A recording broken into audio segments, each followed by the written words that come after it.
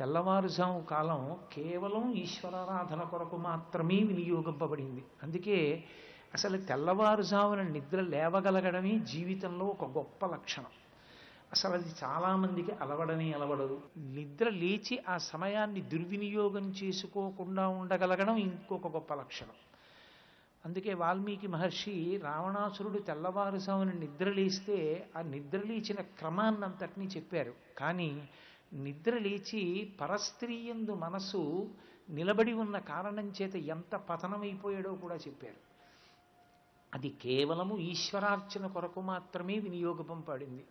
ఒక సంవత్సరాన్నంతటినీ కలిపి ఒక రోజుగా భావన చేస్తే అందులో బ్రహ్మముహూర్త సమయంగా నిర్ణయింపబడినటువంటి కాలం ఆశ్వీజమాసం. ఎందుచేత ఆశ్వీజమాసానికి అంత ప్రతిపత్తినిచ్చారు అంటే, మనం చాంద్రమానాన్ని పాటిస్తాం. మీరు కొంచెం జాగ్రత్తగా పరిశీలనం చేయండి. నక్షత్రాల వరుస క్రమంలో మొట్టమొదటి నక్షత్రం అశ్విని నక్షత్రం. మొట్టమొదటి నక్షత్రం అశ్విని నక్షత్రం అయితే అశ్విని నక్షత్రం నాటి పౌర్ణమి నాడు చంద్రుడు కూడితే ఆశ్వీజ మాసం వస్తుంది. అప్పుడు వరుస క్రమంలో మాసాలు చెప్తే మొదట ఏ మాసం రావాలి? ఆశ్వీజ మాసంతో మొదలుపెట్టారు. కానీ దేంతో మొదలుపెట్టారు? చైత్రమాసంతో మొదలుపెట్టారు. 13 నక్షత్రాలు పైన 13 నక్షత్రాలు క్రింద విడిచిపెట్టి మధ్యలో ఉన్న నక్షత్రాన్ని తీసుకుని చైత్రమాసంతో మొదలుపెట్టారు. చైత్రమాసంతో మొదలుపెట్టినప్పటికీ ఉపాసనాక్రమం మాత్రం ప్రారంభం ఎక్కడా? దక్షిణాయనంలో ఆశ్వీజ మాసంలో పరదేవత యొక్క అనుగ్రహం కోసం అపేక్షించినటువంటి కాలంతోటే ప్రారంభం. ఎందుకని? అమ్మవారు ప్రకృతి స్వరూపిణి. ప్రకృతి స్వరూపిణి అయినటువంటి అమ్మవారు అనుగ్రహించిందా భగవంతుని వైపుకు అడుగులు వేయనిస్తుంది. ఆవిడ అనుగ్రహించలేదా ఆవిడ ఇంద్రియ సౌఖ్యములనబడేటటువంటి లౌల్యములందు తిప్పుతుంది. అది ఆవిడ యొక్క తత్వం. అందుకే అదే సీతమ్మ తల్లి శిశుపావృక్షం కింద కూర్చుంటే శిశుపావృక్షం మీద కూర్చున్న హనుమకి రాజ్యం వా త్రిశులోకేషు సీతాయా జనకాత్మజ త్రైలోక్య రాజ్యం సకలం సీతాయా నప్నుయాత్ కలాం అంటారు. 3 లోకములలో ఉండే ఐశ్వర్యం ఒకెత్తు, సీతమ్మ తల్లి ఒక్కతే ఒకెత్తు. అంతటి మహాపతివ్రత సాధుశీల ఈ అమ్మకి నమస్కరిస్తున్నానంటారు హనుమ. అదే సీతమ్మ రావణాసురుడికి ఎలా కనపడింది? రావణాసురుడికి అనుభవైక వేద్యమైనటువంటి ఒక సామాన్యమైన ప్రాకృత స్త్రీగా కనపడింది. అలా కనపడిన కారణం చేత ఎవరు నశించిపోయారు? రావణుడు నశించిపోయాడు. పరమ పవిత్రమూర్తిగా కనపడినటువంటి హనుమ భవిష్యత్ బ్రహ్మ కాబోతున్నారు. అమ్మవారు ఎవరిని నశింప చెయ్యాలనుకుంటుందో, ఎవడి యందు భక్తి లేదో, ఎవని యందు భావశుద్ధి లేదో అటువంటి వాడికి సుఖముల యందు లౌల్య బుద్ధి కల్పిస్తుంది. లౌల్యము అంటారు. లౌల్యము అంటే కేవలము ఇంద్రియముల చేత అనుభవించేటటువంటి సుఖముల యందు మగ్నమైనటువంటి జీవితంతో ఉండడం తప్ప, అసలు వాటికి అతీతంగా ఇంద్రియాల్ని అరికట్టి పరమేశ్వరుణ్ణి చేరుకునేటటువంటి మార్గంలో ఈ శరీరాన్ని కష్టపెట్టేటటువంటి ప్రయత్నంలో పూనిక ఉండదు. అలాంటి పూనిక లేనితనం దేనివల్ల అంటే అమ్మవారి వల్లే. ఆ అమ్మవారి అనుగ్రహం కలిగిన వాడు ఈ శరీరం ఎప్పటికీ ఉండిపోదు, ఒకనాడు పడిపోతుంది. ఇది పడిపోయే లోపల దీన్ని నేను సద్వినియోగం చేసుకోవాలి, దీన్ని నేను ఋతుమంతంగా వాడుకోవాలి అని ధార్మిక బుద్ధితో ఉపాసన క్రమంలో దీన్ని వాడుకుంటాడు. చూడండి, వ్యాపారం చేసేవాడు తన దగ్గర ఉన్న డబ్బుతోటే వ్యాపారం ప్రారంభం చేస్తాడు, పెట్టుబడి పెట్టి. అలాగే ఉపాసనా క్రమంలో మొదటి పెట్టుబడి ఏది అంటే పరమేశ్వరుడిచ్చిన ఈ శరీరమే. దీంతోనే ప్రారంభం. అందుకే వేదంలో ఆచారకాండ రావడానికి కారణం అదే.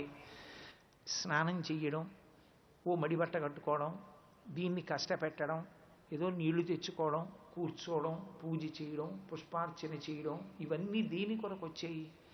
ఈ శరీరంతో కష్టపెడితే తప్ప మీరు పరమేశ్వరుణ్ణి చేరడం అంత తేలిక విషయం కాదు. కాబట్టే శరీరాన్ని కొంత క్లేశ పెట్టవలసి ఉంటుంది. అయినప్పుడు అమ్మవారి అనుగ్రహం లేకపోతే వాడికి ఇంద్రియ లౌల్యం మీద భ్రాంతి ఉంటుంది. ఎందుకు దీన్ని కష్టపెట్టడం, హాయిగా దీన్ని సంతోషంగా ఉంచుకుంటే దీంతో సుఖాలు అనుభవిస్తే పోలా అన్న భావన కలుగుతుంది. వాడు ఈశ్వరుణ్ణి చేరలేడు. అందుకే పరదేవతా స్వరూపాన్ని వర్ణన చేసినప్పుడు సింధూరారుణ విగ్రహాం త్రినయనాం మాణిక్య మౌళిస్ఫురత్ తారానాయక శేఖరాం స్మితముఖీం ఆపీనవక్షోరుహాం పాణిభ్యాం అళిపూర్ణరత్నచషకం రక్తోత్పలం బిభ్రతీం అంటారు. ఆమె చేతిలో ఒక అమృత పాత్ర వంటి పాత్ర పట్టుకుంటుంది. ఎవరిని అనుగ్రహించాలో వాడికి భక్తి పాశములు వేస్తుంది.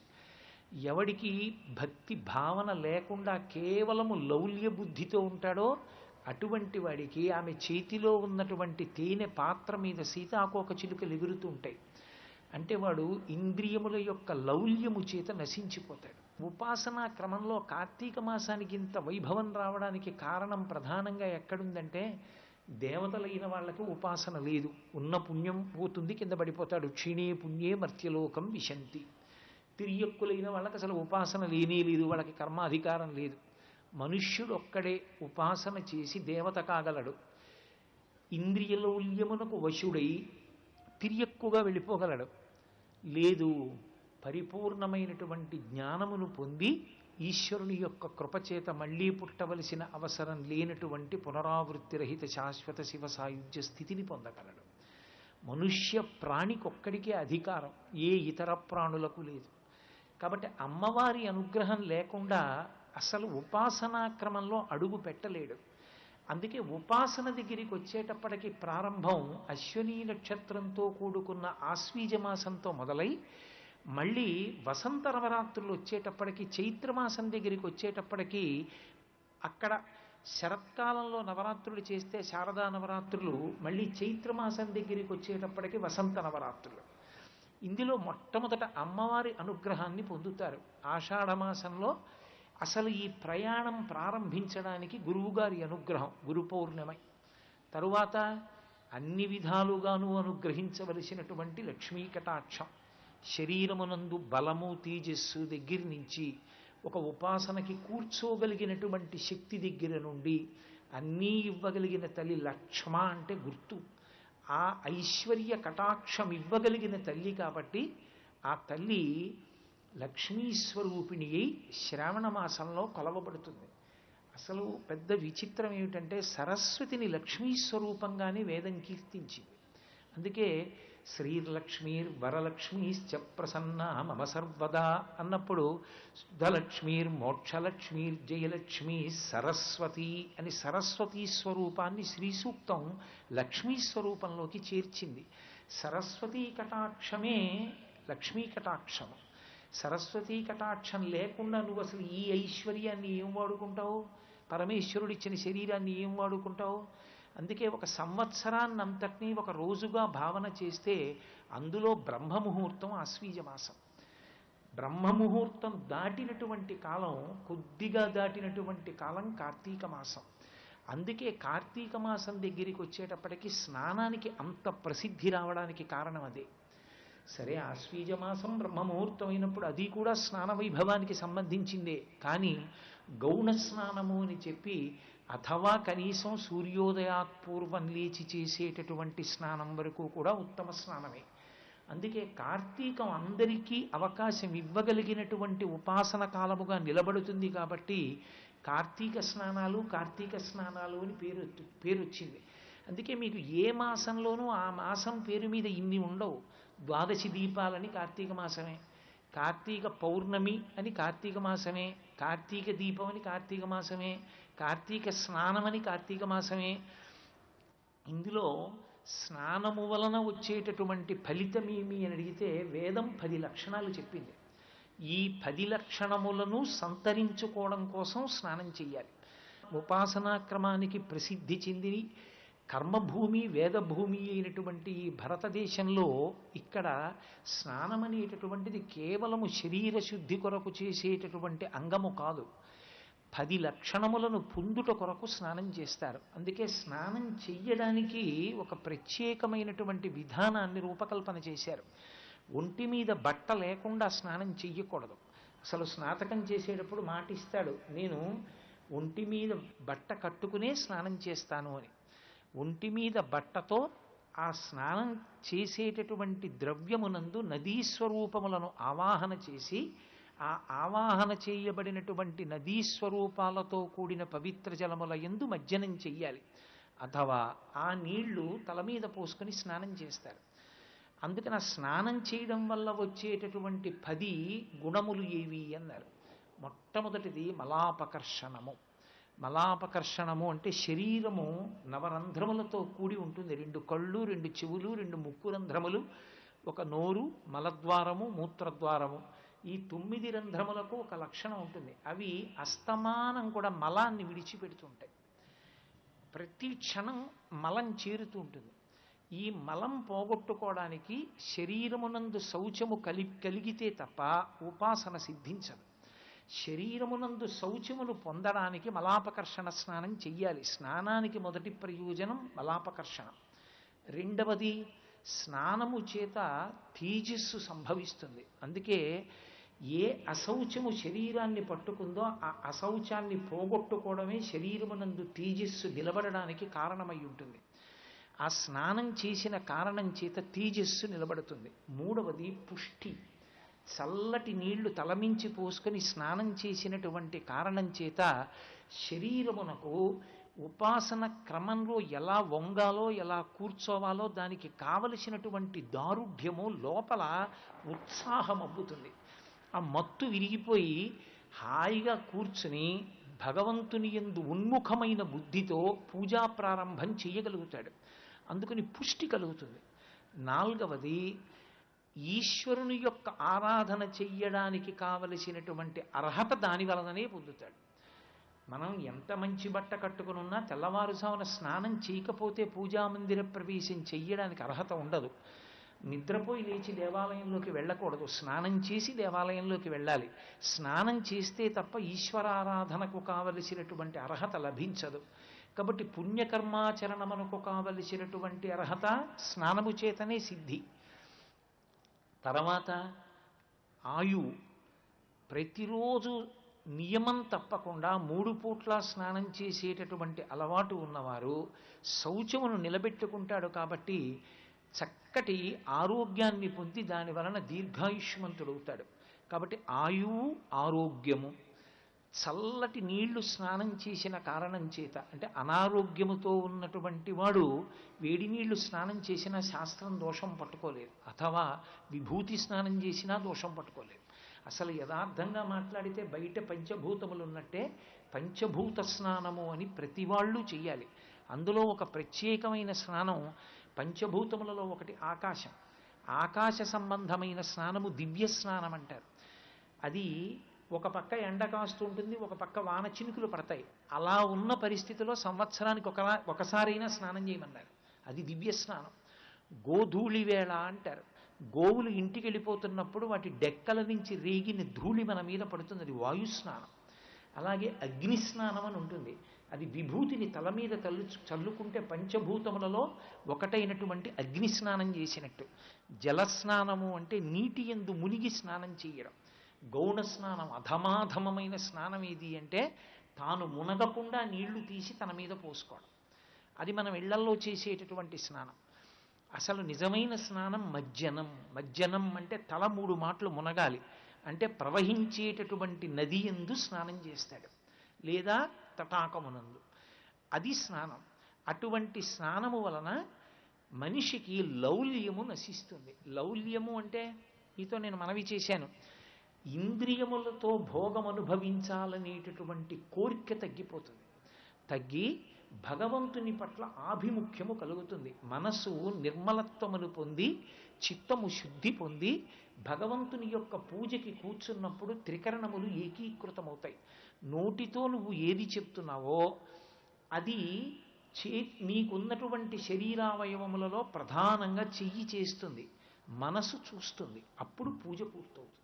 నేను నోటితో పాదయోహ పాద్యం సమర్పయామి అన్నాను అనుకోండి, కాసి నీళ్ళు ఇలా వేస్తే అది పూజ అవ్వదు. అసలు ఆయన పూజ చెయ్యలేదు అన్న విషయం ఎక్కడ తెలిసిపోతుందంటే ముఖే ఆచమనీయం సమర్పయామి అన్న దగ్గర తెలిసిపోతుంది.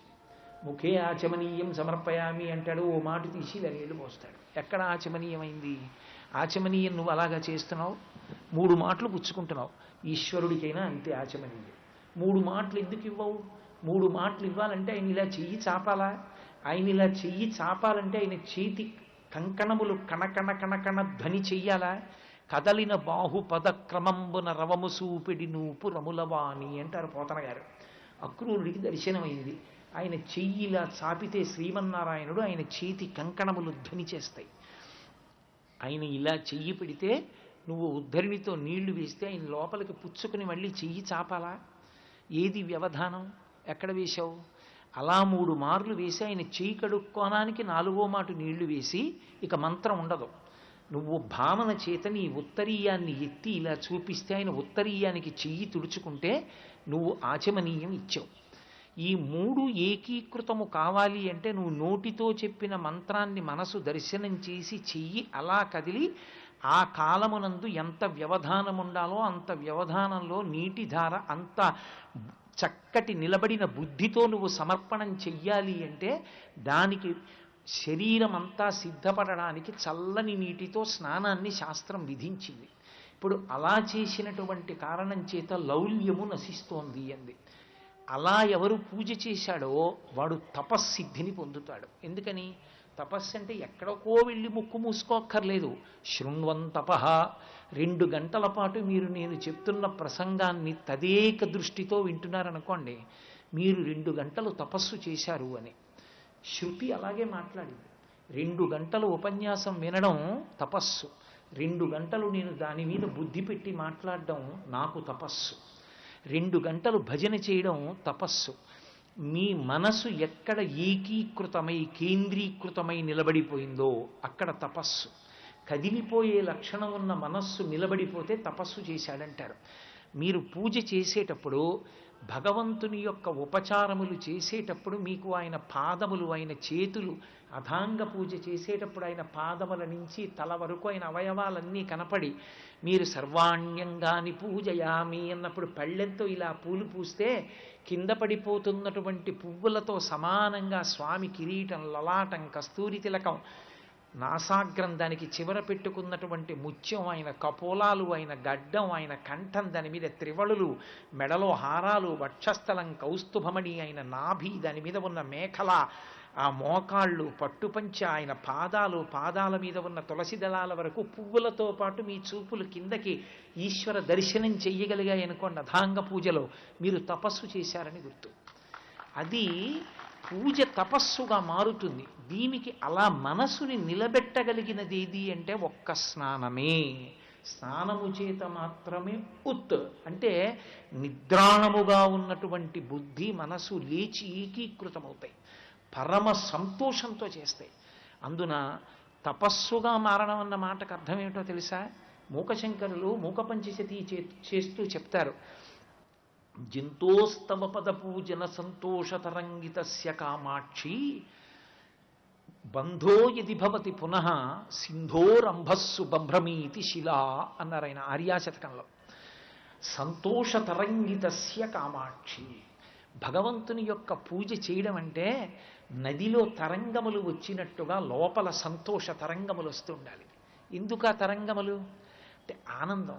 స్వామి రండి ఆవాహయామి అనేటప్పటికీ సింహాసనంలో ఆయన వచ్చి టీవీగా కూర్చుని కుడికాలు పైకెత్తి పాదపీఠం మీద పెడితే నా తల్లి సీతమ్మ ఆయన పక్కన కూర్చుని ఆమె కాలు తీసి ఆ పక్కన పెడితే ఆ పాదపీఠం మీద ఉన్న 2 పాదాల్ని చూసి మడిచినటువంటి పాదం వంక చూసి పరాశర భట్టర్లు అంటారు శ్రీగుణరత్న కోశంలో, ఏకంజంచనతి క్షమం మమ పరంచ ఆకుంచ పాదాంబుజం మధ్యే విష్టర పుండరీకమభయం విన్యస్య హస్తాంబుజం త్వాం పశ్యేమ దిశీదుషీం ప్రతికళం కారుణ్య కులంకష స్పారాపంగతరంగమంబ మధురం ముగ్ధం ముఖం బిభ్రతీం అంటారు.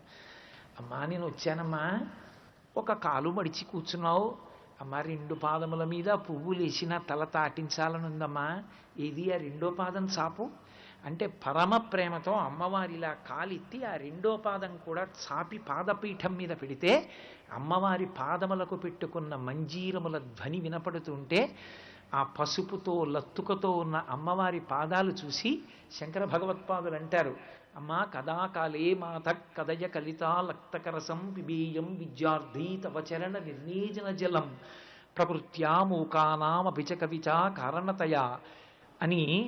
అమ్మా ఆ పాదాలను నేను పాత్రలో పెట్టి నా భార్య నీళ్లు పోస్తుంటే ఆ పాదాలు కడుగుతుంటే ఆ పసుపు లత్తుగా కరిగిపోయిన ఎర్రటి నీళ్లని ఉద్ధరిణితో తీసి నా కుడి చేతిలో వేసుకుని నేను తాగే రోజు ఎప్పుడమ్మా ఎప్పుడమ్మా ఈ విద్యార్థిగా అదృష్టం అంటారు.